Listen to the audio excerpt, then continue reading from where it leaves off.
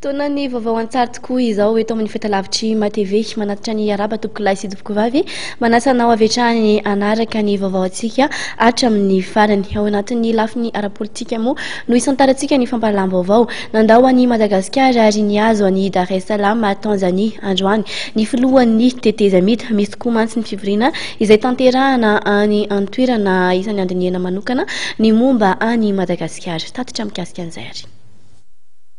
Nanainga ny azo en Tanzanie maraina teo ny filohan'ny tetezamita Andry Rajoelina araka ny vaovao mari-poitra voaray dia nampanatsony ny filoham-panjakana ao amin'ny troikan'ny SADC izay manatanteraka fivoriana amin'ny Dar es Salaam any Tanzania nanomboka omaly ny tenany. Ny fivoriana amin'ny Tanzania izay andiniana manokana mikasika ny raharaha Madagasikara.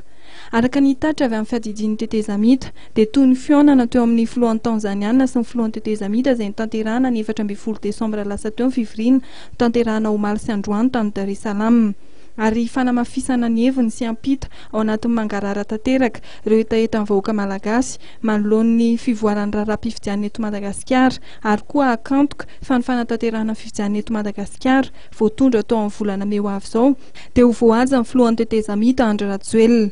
Anisan'ny voalaza fa niona tamin'ny filohan'ny tetezamita Andriamatoa Jakaya Kikwete filohan'ny Repoblika mitambatry Tanzania, Andriamatoa Hifikepunye Pohamba filohan'ny Repoblika Namibia, Andriamatoa Jacob Zuma filohan'ny Repoblika Afrikana Atsimo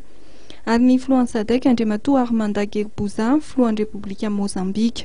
Araka ny tatitry ny SADC dia nanamafy ireo fepetra mitapahana tamin'ny fivoriana tampony izay nataon'ny filoham-panjakana eo anivon'ny SADC izay nivoaka ny fahavalon'ny volana Desambra 2024 ny troikan'ny SADC dia ny tsy filatsahako fidiana Andriamatoa Marc Ravalomanana sy Andriamatoa Andry Rajoelina ny siny lalàna manokana ho an'ireo mpitondra teo aloha ny fiverenan'ny Andriamatoa Marc Ravalomanana tsy misy fepetra eto an-tanindrazana ny famitsoran-keloka ary ny fanotsiana ny lalam-pifidianana mba hahafahan'ny rehetra milatsaka hovidiana no teboka dimy takian'ny SADC ho famanan'ny krizy eto Madagasikara raha ny fekevitra navoakan'ity vondrona ity ny volana Desambra 2024. Marina fa aorian'io fivorian'ny filoham-panjakana ao anatin'ny troikan'ny SADC io dia hisy mpikambana ao anatin'ny mpanelanelana amin'ny raharaha Madagasikara ho tonga eto Madagasikara ny 14 Janoary ho avy izao.